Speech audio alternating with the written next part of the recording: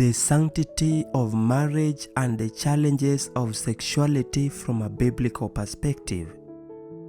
Marriage should be held in honor among all, and the marriage bed undefiled, for the sexually immoral and adulterous will be judged by God. Hebrews chapter 13 verse 4. Sadly, there are Christians who have devalued marriage, considering it a mere human convention simply to justify their decisions. How do we defile the marriage bed?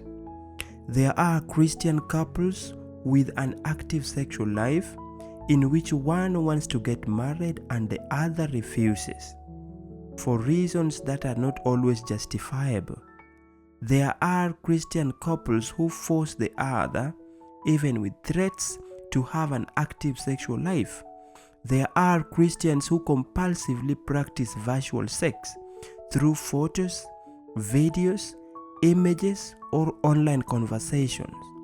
There are spouses who disrespect their partners, defiling their own bed. There are spouses who deny themselves to their partners, forcing them to maintain intimacy. Some spouses do very little to live in peace with their partners. The theoretical and practical possibilities for exercising sexuality outside of God's norms are endless. The sex trade generates billions of dollars annually. This reality, sadly present even among those who profess faith, contrasts sharply with God's plan for marriage and sexuality. The Bible declares that marriage is not a mere social convention, but a sacred institution established by God since Eden in Genesis chapter 2 verse 24. Ellen G. White reinforces this perspective in a warning. Marriage, a lifelong union, is a symbol of the union between Christ and His church, the Adventist Home, page 25. When marriage is devalued or corrupted, it strays from God's purpose. She also warns, the unlawful gratification of the sexual appetite is one of the most degrading sins of all, from the book Mind, Character and Personality, volume 1, page 252. Compulsive cybersex, infidelity, and coercion within the marital relationship are clear violations of God's law and the mutual commitment required by marriage.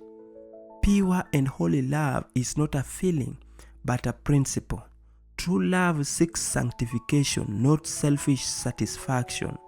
Christian spouses are called to respect, honor, and care for one another, reflecting the love of Christ. Neglect in this regard opens the door to temptation and sin, contradicting the commandment, flee from sexual immorality, 1 Corinthians chapter 6 verse 18. May we as reformers reaffirm the value of marriage, seek purity in our relationships, and resist the temptations of a world that trivializes sexuality. Faithfulness to God begins in the heart and extends to every area of our lives, including the marriage bed.